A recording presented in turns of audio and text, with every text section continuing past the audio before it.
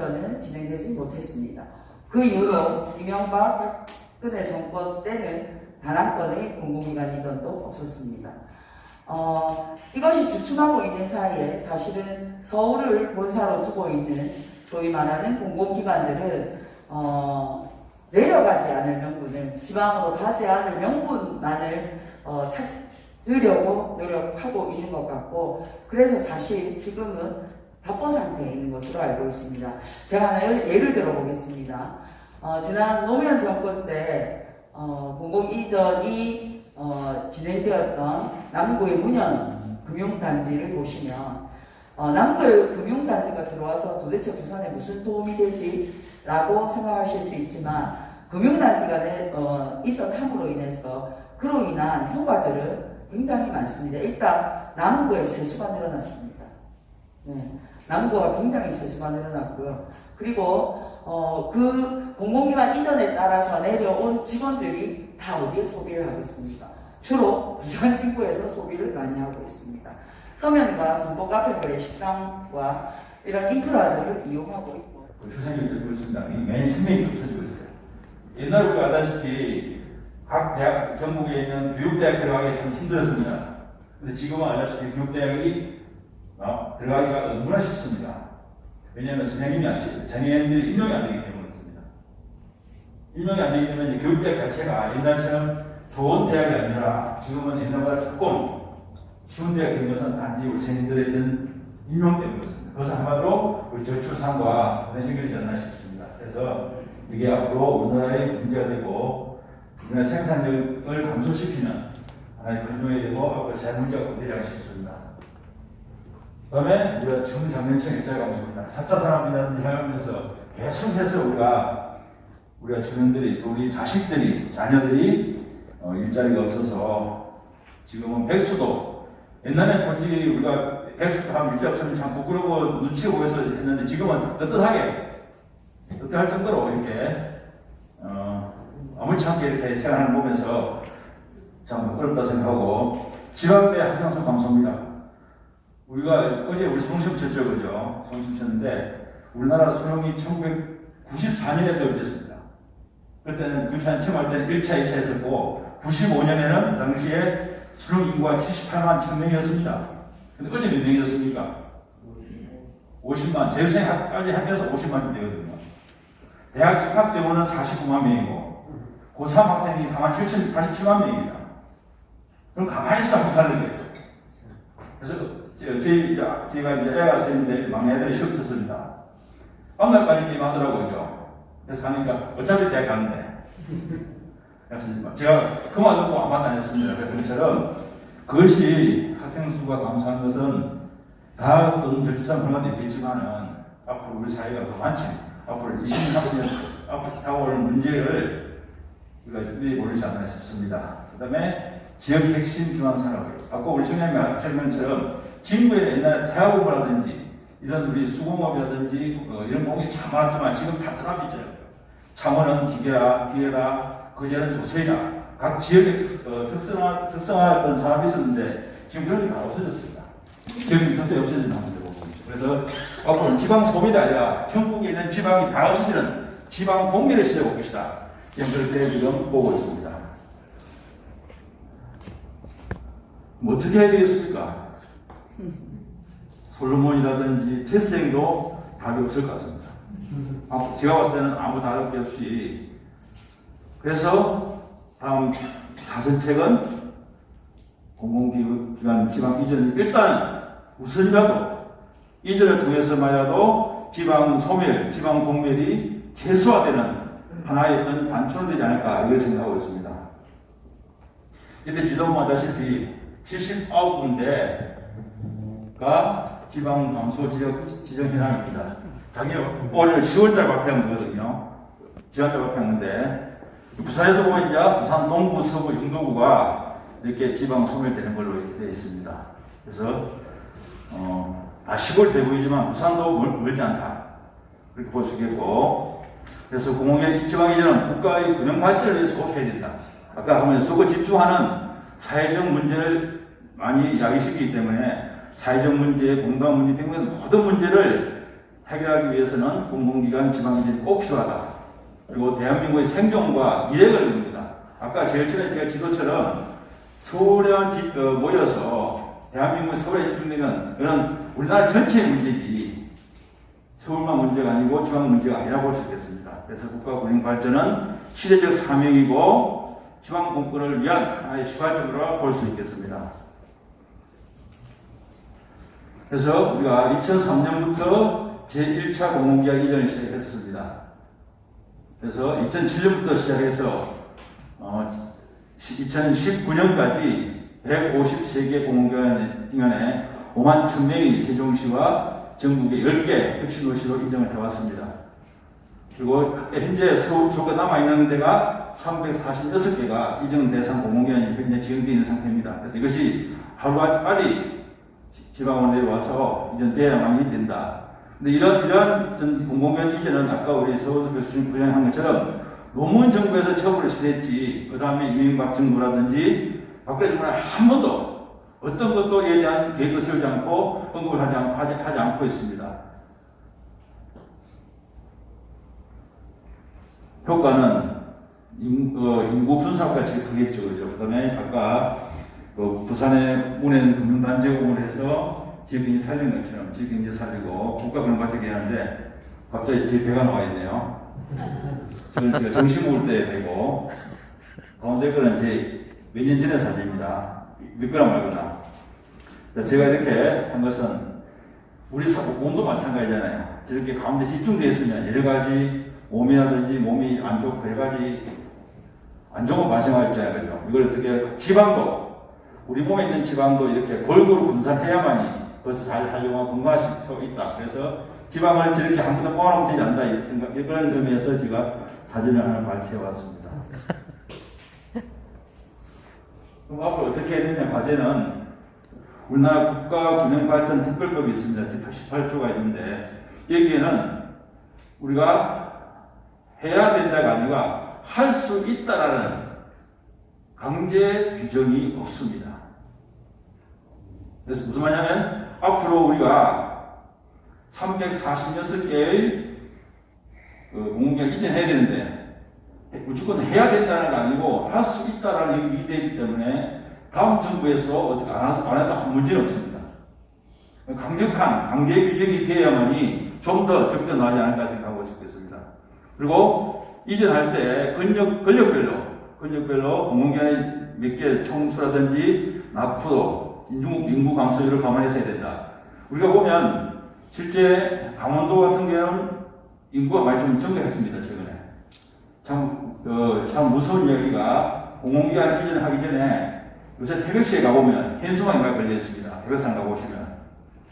교도소 유치했다고요. 우리 몇 년 전에도 강서구에 교도소 때문에 많이 대마하고 했잖아요. 그죠? 지금은 그런 시대가 아니어집니다. 뭐라도 오라는 거죠. 태백시와 몇 군데에서 교도소를 유치하기 위해서 노력 많이 했습니다. 지하철장이. 그래도 와서 지역 발전을 시키기 위해서요. 우리가 옛날에 알다시피 교도소라든지 장례식장을 해모시 안 했잖아요. 그죠? 지금은 그걸 딸 때가 아니다 이 말이죠.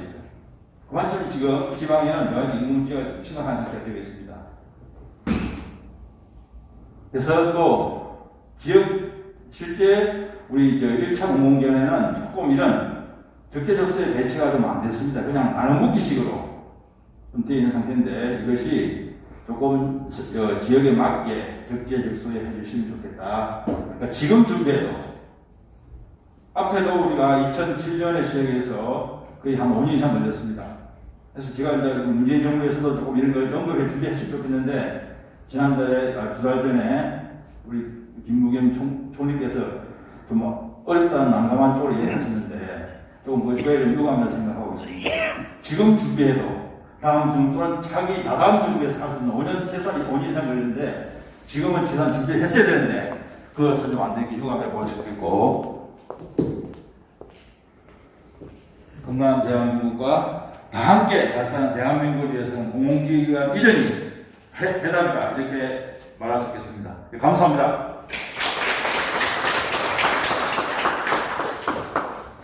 사실은 제가 준비한 마지막 질문보다는 오늘 구청장님의 이제 강연이라든지 좀 전에 이상권 의원님의 토론에서도 알 수 있듯이 저는 몇 가지만 간단하게 말씀을 좀 드리고 싶습니다. 처음에 국가균형발전정책 공공기관 지방 이전이라는 것이 정책적으로 본격적으로 논의가 된 건 우리는 보통 참여정부가 시작되고 나서부터다라고 말씀드려 하는데요. 사실은 그 밑그림이 깃틀이 만들어지기 시작한 건 그 지방자치실무연구소라는 아주 작은 연구소에서부터 시작을 했습니다. 그래서 그 지방자치실무연구소에서 이제 지역이 살아야, 지방이 살아야지만 이제 국가가 살 수 있다. 원래 저희는 경제 논리가 그거였지 않습니까? 70년대, 80년대까지만 하더라도 서울이 살아야지만 서울에서 이렇게 뭐 삼성, LG 같은 대기업들이 살아야지만 그 효과들이 지방으로 이렇게 점점 내려오는 낙수 효과 이론이라고 해서 경제학자들이 그런 논리를 주장하지 않습니까? 근데 그게 아니더라는 거죠. 자꾸 중앙만 이렇게 기대해지고 아까 사진 보신 것처럼 복부 지방 너무 복부 비만이 너무 심각해지면은 몸 전체가 아프게 됩니다. 저희 이제 한반도라는 것도 어떻게 보면은 똑같은 논리였다고 생각이 됩니다. 중앙과 수도권에만 너무 인구가 많이 몰리고 기대해지다 보니까 거기에 살고 있는 사람들의 삶의 질도 떨어집니다. 그리고 마찬가지로 지역으로 그러면 어떤 경제적 사회적인 효과가 분산이 되느냐 전혀 그럴 여지가 없었고 오히려 인구 유출 인구 감소만 더 심해질 뿐이었습니다. 그래서 지방자치실무연구소라는 곳에서 어떻게 하면 지방을 살려서 국도 전체를 균형 있게 발전할 것인가. 서울과 수도권에 있는 거 뺏어서 지방에 나눠주자는 논리가 아니었습니다. 대한민국이라는 국도 전체가 균형 있게 발전하고 경쟁력을 갖추기 위해서는 지역이 살아야 된다, 지방이 살아야 된다는 논리였거든요. 우리 인체에서도 대동맥이 중요한 것과 마찬가지로 말초혈관이 중요하듯이 국도 역시 마찬가지라는 부분이었던 거죠. 그래서 이제 국토균형발전 정책이 이렇게 그림을 그려졌는데 그게 국토균형발전특별법이라는 게 아까 이제 자료에서 보신 것처럼 만들어져서 공식적으로 공표화되고 발의되기 이전까지 누가 정말 중요한 역할들을 하셨냐면 바로 아까 이제 이지우 님도 계시고 하셨지만 지역시민사회단체가 정말 중요한 역할을 하셨습니다. 이제 전국시도 이제 시장군수협의회라든지 지방공무원 국민운동본부라든지 이런 이제 비정부기구 NGO라고 하죠. 비정부기구들이 모여서 국민운동, 국민발대식 이런 것들을 정말 끊임없이 진행을 했습니다. 그리고 이제 지역민들한테 국토 균형 발전을 위해서는 지방공권, 지방자치가 필요하다라는 서명운동을 정말 열심히 받고 본인들이 돈을 모아가지고 전국의 13개 1만지에 광고도 꾸준히 실었습니다. 그리고 그 당시 시민사회가 그렇게 이제 약간 기폭제 역할을 해주다 보니까 지역 언론들도 여기에 가세를 했습니다.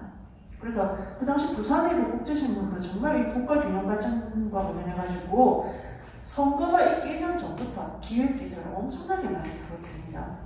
근데 지금 한번 보십시오. 시민사회단체 이렇게 열심히 활동을 하고 있는 단체들도 있으시지만 부산의 지금 경실련, 참여연대 저희 지역 균형 발전에 대해서 관심 가지고 활동을 하시고 계십니까? 전혀 활동을 안 하고 있습니다. 그리고 지역 언론들 어떻습니까? 지역 균형 발전에 대해서 관심을 끊은 지 너무 오래되고 그렇습니다.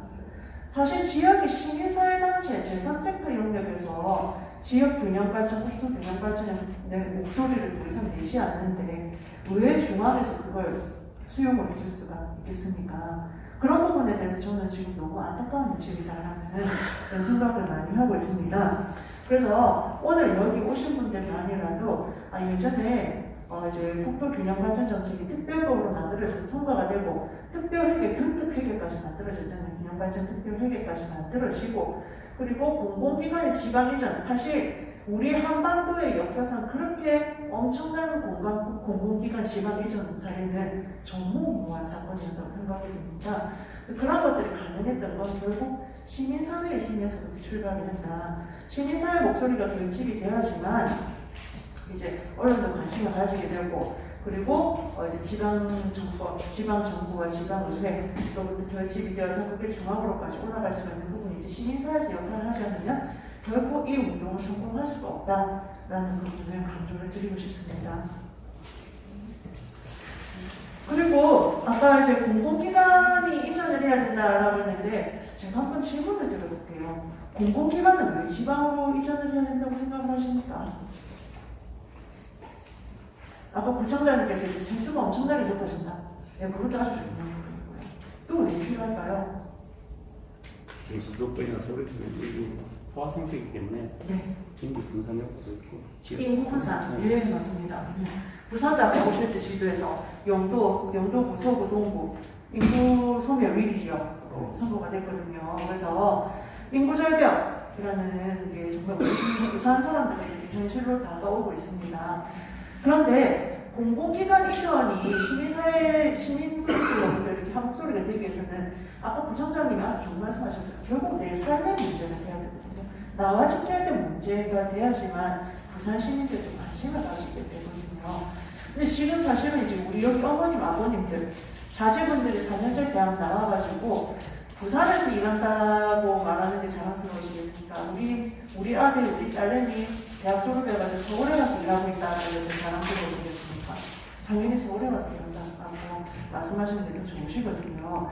그래서 결국은 그게 내 삶의 문제가 되기 위해서는 국가 균형 발전이라는 이 큰 정책이 나에 대한 문제가 되기 위해서는 뭐가 필요할까라는 부분에 대해서 우리가 같이 고민을 할 수 있는 것 같습니다. 예전에 참여정부가 지금 국토 균형 발전 백서를 발간을 했습니다. 그 백서에 보면은 크게 이제 몇 가지 섹터가 나눠져 있는데 첫 번째 섹터가 혁신이었습니다. 그 혁신의 주된 내용은 지방대학 혁신이었습니다. 지방대학을 정말 특화시키고 단순히 대학이 공부만 하고 이렇게 학위만 받는 공간이 아니라 대학하고 산업기관하고 이렇게 연계가 돼가지고 학연 클러스터를 조성하는 데 중심적인 역할을 해야 된다라는 부분에서 이 혁신을 상당히 강조를 했습니다.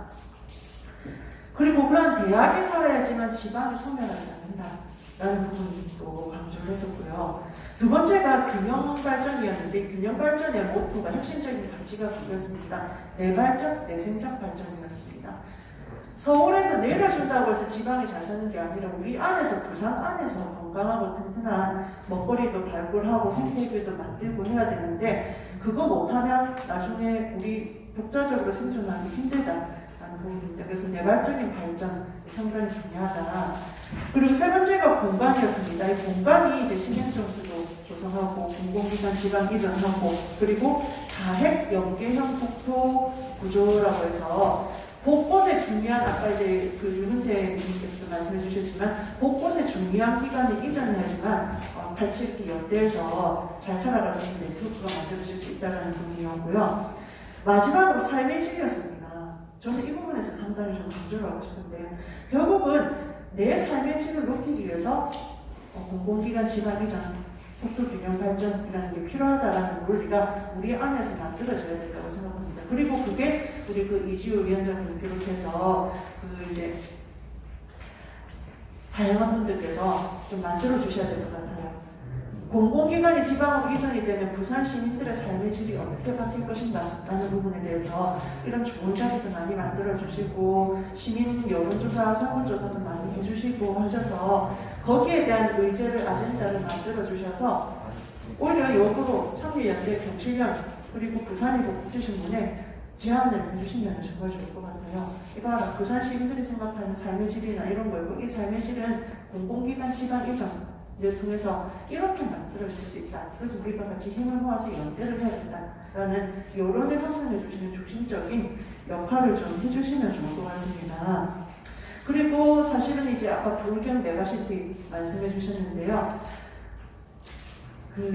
이제 결국은 불경 메가시티가 지향의 대부분은 예전에 이탈리아라는 나라가 저희 한반도랑 생긴 것도 비슷하잖아요. 반도 형태잖아요. 이탈리아도 3년이 바다로 둘러싸여져 있고 그리고 남과 북으로 길쭉하게 장화처럼 이렇게 생겼잖아요. 우리도 그렇게 생겼잖아요. 그래서 그런지 이탈리아 사람들은 우리나라 사람들은 좀 성향도 비슷한데 약간 다혈질이고 근면성실하고 그런 이제 비슷한 좀 이렇게 컨디션을 가지고 있는 나라인데 우리나라가 이제 지금 동서간의 불균형 이런 것들을 되게 고민을 많이 했다면 이탈리아는 남북 간의 경제적인 격차가 너무 극심했습니다. 남쪽 같은 경우에는 정말 못 살고 어려운 사람들이 밑집에서 살고 있었고 북쪽 같은 경우에는 밀라노 같은 이런 대도시가 있잖아요. 너무 잘 사는 사람들이 모여있다 보니까 이제 빈부격차가 너무 같은 국가 안에서도 너무 극심했던 그런 나라였거든요. 그런데 이 이탈리아가 이제 그런 한계를 극복하고 균형 발전에 나름 성공할 수 있었던 비결이 아까 그 고모님께서 아주 중요한 말씀 해주셨어요. 우리 안의 자원을 잘 결집해서 사회 자원을 만들어야 된다라는 논리로 접근을 했습니다. 그리고 이탈리아가 선택한 그 실행 방법이 뭐냐면 바로 협동조합 같은 사회적 경제 모델을 적극적으로 육성하는 부분이었습니다. 그래서 지금은 어떻게 보면 제가 오늘은 뭐 정치적인 발언을 가급적 안 하려고 했는데 지금 대선 후보자들 중에 일부는 이제 그 사회적 경제 상당히 중요한 정책적인 기조로 만들어서 지난주였나요? 한 후보 같은 경우는 부산 영등포에 오셔가지고 소셜벤처 청년 사업가들과 같이 이렇게 간담회도 진행을 하고 하시더라고요. 그래서 사회적 경제 같은 좋은 경제, 첩한 경제 모델을 우리 불경 메가시티를 중심으로 해서 이렇게 만들어 나가고 한다면은 결국 사회적 경제의 이제 가장 중요한 가치는 그거거든요. 사회적으로 좋은 일을 하면서도 우리도 돈을 벌어가자. 우리 왜 여기 진구청 1층에 보면은 카페 있잖아요.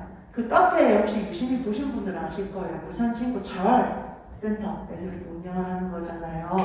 일자리가 없으시는 65세 이상 고령자분들이라든지 또는 장애인분들이라든지 이런 분들한테 일자리를 마련해주는 사회적 가치를 구현하면서 경제적인 이익도 커피를 팔아서 경제적인 이익도 구현할 수 있는 그러니까 공익과 사익을 동시에 추구할 수 있는 그런 모델이 사회적 경제라고 할 수가 있습니다.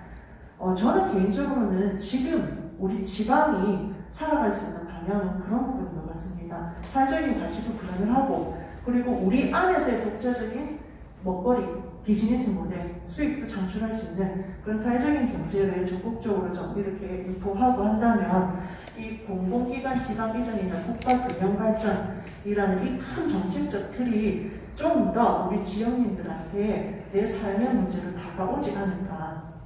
좋은 일도 하면서 우리도 잘 살게 된다라는 그런 논리로 접근을 한다면은 훨씬 더 많은 시민들이 동조해 주지 않을까라는 그런 생각이 듭니다. 그래서 한번 이제 오늘 대구로 가시는 길에 그리고 나중에 이제 저녁에 자제분들하고 한번 말씀을 나눠보시는 시간 가지시면 좋을 것 같아요. 우리가 잘 살기 위해서는 딴 사람 다 필요 없다. 우리 가족이 잘 살기 위해서는 지금 뭐가 필요할까? 그럼 거기에서부터 우리 공공기관 지방 이전, 국토 균형 발전에 대한 논의가 필요하다라고 저는 말씀드리는 것으로 마무리하도록 하겠습니다. 감사합니다.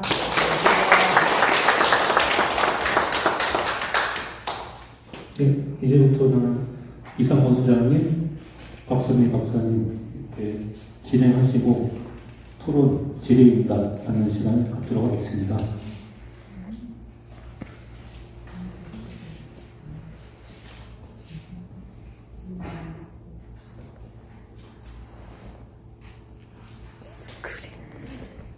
네, 소장님 진행해 주십시오. 질의응답 시간.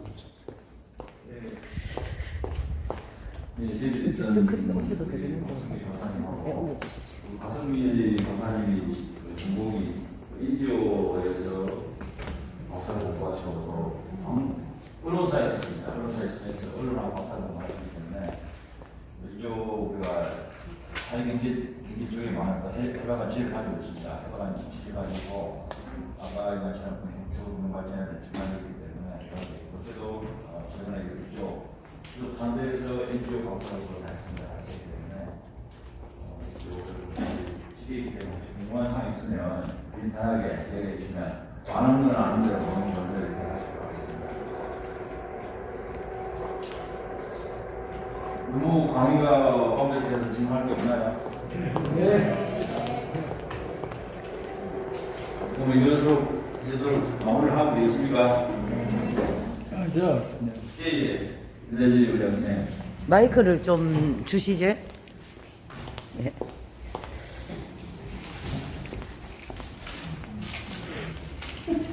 지금 우리가 이 도시의 균형 발전이라는 것을 논하면서 서울로 가나 어디로 가나 한 사람도 우리나라의 수도 정책이 잘못됐다는 이야기를 안 합니다. 도시공학상 수도의 인구는 그 나라 전체 인구의 10%를 초과하지 않는 것이 일반적인 현상입니다. 그런데 지금 현재 우리 대한민국 수도의 이 인구는 우리 전체 인구에 비해서 약 3분의 1 정도 되거든요. 수도권을 가지고 이야기하면 그 반에 해당한단 말이죠. 이것이 근본적으로 잘못된 거예요. 근본적으로. 그래서 도시공학에서 절대로 수도권이 이렇게 기대한다고 하는 것은 이거는 억제해야 된다고 하는 것이 일반화되지 않고 있습니다. 일반론으로서 말하자면 인식되지 않고 있습니다. 이것도 하나의 문제이기도 합니다. 그래서 우리는 이렇기 때문에 이제 모든 투자는 전부 다 수도권에는 해서는 안 된다. 전부 다 지방으로 투자해야 된다. 그렇다면은 반드시 투자라는 것은 보다 이익이 많이 생기는 곳에 돈이 흘러가거든요. 여기 자본의 한 생인데 그렇기 때문에 각 지방에서 그 지방에서 도시를 발전시키기 위해서 이러한 투자가 말하자면 정책